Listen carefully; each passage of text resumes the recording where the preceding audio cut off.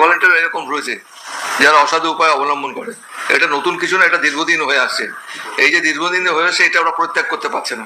তবে আমাদের স্বরাষ্ট্র দপ্তর মাননীয় মুখ্যমন্ত্রী ঠিক কড়া পদক্ষেপ নিয়েছেন। এরা আস্তে আস্তে সব ঠিকঠাক হবেন বলে। 26,000 চাকরি বাতিল তো ইতিমধ্যে হলো, এবার কি সিভিক ভলেন্টিয়ার চাকরি বাতিল হতে চলেছে? কারণ সিভিক ভলেন্টিয়ার নিয়োগের ক্ষেত্রে কিন্তু প্রচুর দুর্নীতি হয়েছে, আশা করি আপনারা সকলে জানেন, এবং বড় কেলেঙ্কারি বলে কিন্তু হাইকোর্টের তরফ থেকে বলা হয়েছিল, আশা করি আপনারা সকলে জানেন। আমাদের সিভিক ভলেন্টিয়াররা এতটা জঘন্য কাজ করে সেটা কিন্তু বলার মতো থাকে না। তো অনেক জায়গায় কিন্তু ভালো কাজ করে সিভিক ভলেন্টিয়াররা, তো কোথাও কোথাও কিন্তু তোলাবাজি করে এবং কোথাও কোথাও কিন্তু দাঙ্গা মারপিট পর্যন্ত করে ফেলে সিভিক ভলেন্টিয়াররা, এবং নিজেকে কিন্তু ডিসির মতো ভাবে। তো যেখানে সেখানে কিন্তু দাদাগিরি দেখায় সেই ভলেন্টিয়াররা।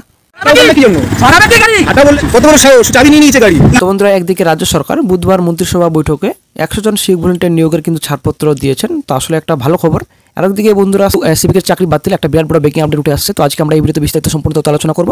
সঙ্গে থাকুন, ভিডিও শেষ পর্যন্ত দেখুন। চ্যানেল নতুন দর্শক অবশ্যই চ্যানেলটিকে সাবস্ক্রাইব করবেন, সঙ্গে অনুসরণ করবেন প্রতিনিয়ত যে কোনো সরকারি বেসরকারি সবার আগে চাকরির খবর আপডেট পাওয়ার জন্য।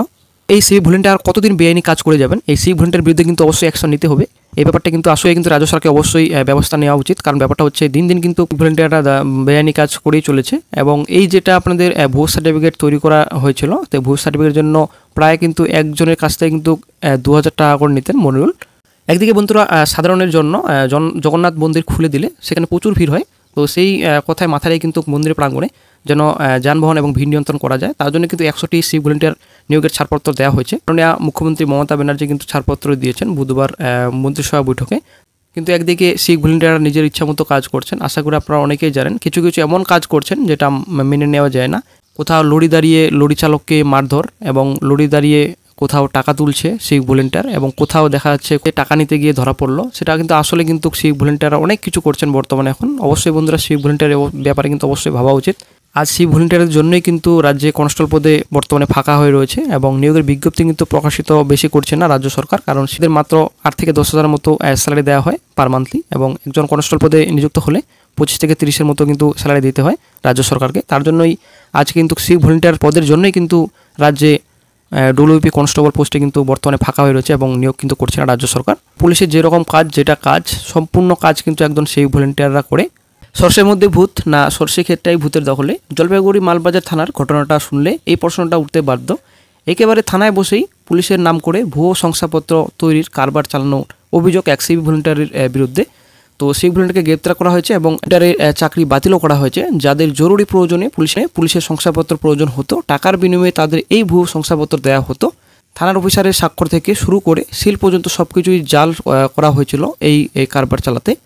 এই ঘটনায় শতপ্রণীত মামলা রুজু করে ওই সিভিককে গ্রেপ্তার করেছে পুলিশ। পুলিশ জানিয়েছে ধৃত সিভিক ভলেন্টিয়ার নাম মনিরুল ইসলাম। রবিবার তাকে গ্রেপ্তার করা হয়েছে এবং তার চাকরি থেকে বাতিল করা হয়েছে। সোমবার ধৃতকে আদালতে তোলা হলে তাকে পুলিশ হেফাজতে পাঠানোর নির্দেশ দেন বিচারক। বিভিন্ন রাজ্য বা কেন্দ্রীয় সরকারি চাকরি, সেনাবাহিনী বা কেন্দ্রীয় বাহিনীতে নিয়োগ বা অন্য প্রয়োজনে পুলিশ ক্যারেক্টার সার্টিফিকেট বা পিসিসি দেওয়া পুলিশের রোজগার কাজের মধ্যেই পড়ে। সূত্রের খবর, অভিযুক্ত মনিরুল ইসলাম থানায় বসেই অফলাইন ও অনলাইন ভুয়ো সাইট তৈরি করে জাল শংসাপত্র ইস্যু করতেন টাকার বিনিময়ে। আবেদনকারীকে বলা হতো স্বাভাবিক নিয়মে পিসিসি পেতে সময় লাগবে, তিনি অনেক তাড়াতাড়ি এই শংসাপত্র দেওয়ার ব্যবস্থা করে দিতে পারবেন। অনেকেই সেই ফাঁদে পা দিয়ে টাকা দিতেন অভিযুক্তকে। সেই সুযোগকে কাজে লাগিয়ে মালবাজার থানার বসে ভুয়ো শংসাপত্র কারবার ফেদে ছিলেন মনিরুল। সূত্রের খবর, রবিবার বিকেলে এই রকম শংসাপত্র পাওয়া কয়েকজন যুবক থানায় এসেছিলেন ঠিকানা পরিবর্তনের আর্জি জানিয়ে। থানায় দায়িত্বপ্রাপ্ত অফিসারকে বিষয়টি জানালে তারা দেখেন ওই শংসাপত্রগুলি জাল।